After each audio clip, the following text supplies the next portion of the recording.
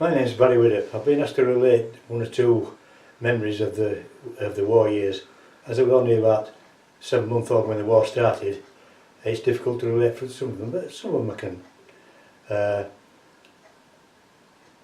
I come from Bradford, which is an industrial city, where they used to, it's woolen mills. It's the biggest woolen mill place in the world at that particular time.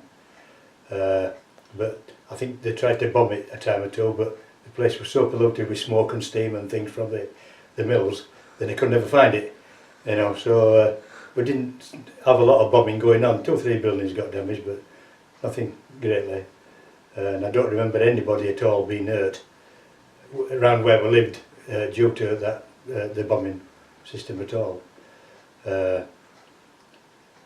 When I remember time, 1 or 2 things about my parents, my mother particularly, well obviously my mother because my father wasn't there, he was in the war away.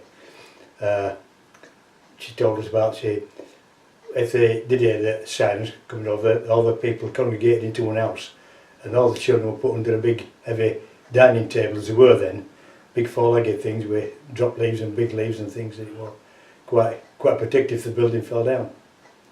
I lived in a back-to-back house which had a cellar, and they were strengthened with brick pillars after that, you know.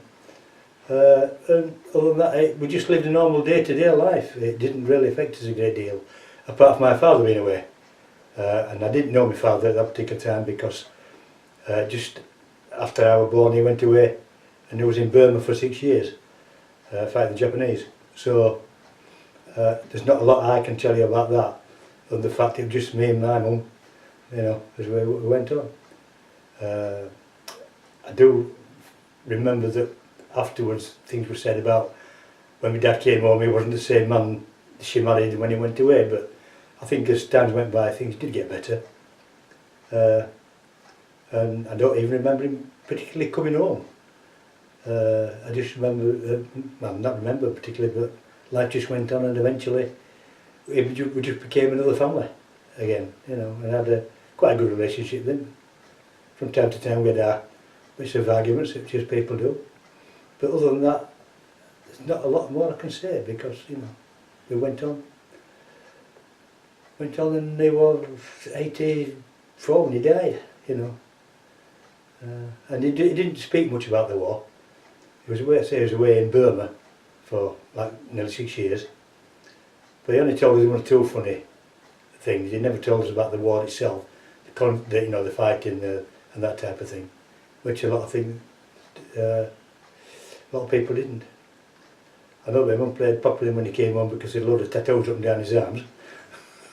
So, but you know, at that particular time they couldn't be removed very easily, so he was stuck with them. Father came home in 1945. How long was it before you settled back into normal family life? As far as I know, straight away. I don't remember any upsets of that type of thing. So, I mean, she talked about him while he was away, so I knew he existed. And that man she talked about came home and we just got back into. I do remember him before he started work again, there must have been, because my mother was working, she worked during the war in a foundry, making things for cannon guns or things I don't really know offhand. But he stayed at home for a while and he looked after me, well, at that particular time. Was she working until he got back into his lifestyle and got back to his mill, which he worked in the woolen mills before he went away, and obviously till he died he worked the same place, yeah, all them years. Did your mother work all the way through the war? Yeah, rather a kid call, yeah. Okay. Yeah. Yeah. Do you remember going to school at all? Well, yeah. Well, a nursery school. I went to a nursery school. Very similar to what they are now. There's one up the road here, a little what's called a preschool now. This was a nursery school, and well, that's before we went to the primary school. But that was, I suppose, that took care of me while my mum was working. At the school, can you remember, were there any air raid shelters? Not the school, but I can remember there's certain places around the area where there were air raid shelters built. And there's one place, and it's quite a strange name of a place, call it Tunbridge Hill Street. They actually built the dug air raid shelters into the ground there, and obviously, you know, made a brick doorways and entrances into them, and that's really like, I know after the war we used to go play them and that type of thing, you know. But, yeah. Did you see that as sort of like an adventure? Oh, absolutely, yeah, yeah. So, Hide and seek games and that type of thing, yeah. yes. Playing soldiers, you know, because we'd learnt a fair bit by the time they came home, I suppose, you know. But, So you enjoyed that part of it in that sense? yeah. I don't remember not enjoying any of my life in that respect, you know. I mean, nothing went wrong. Actually, none of my family were injured. Luckily, my father came home anyway, you know. How long did your mother carry on work after the war? Don't really know. It's something I never had to think about, so I don't know. A fair while, obviously. Like I say, my dad carried on looking after me and that sort of thing while she was going out doing the work. So when he came home, he looked after you, and presumably that helped your relationship. I suppose it did, yeah. Yeah, I don't remember a great deal about it, but yeah, I suppose it did, yeah. I mean, you hear tales about other people, you know, they didn't get on with this strange man that came home.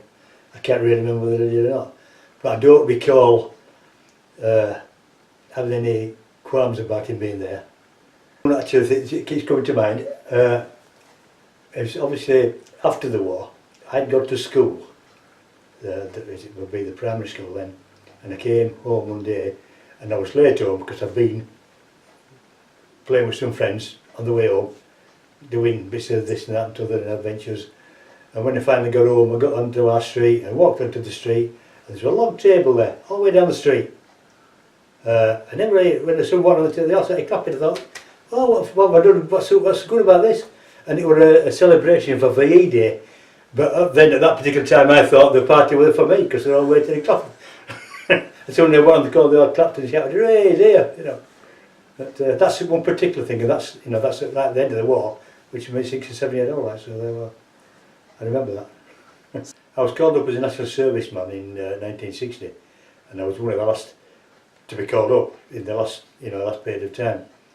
And when I did my square bashing, is what they call it, I went to no, it wasn't the square bashing actually. It was the first camp you go to get all your equipment and sort it out. It was Cardington, and that's the place where they did all the barrage balloons. And the hangars there, I've never seen no as big in my life. And they kept the barrage balloons all inflated, and they went in these hangars, you know, and they were really, they were a huge size, you know. That really was something.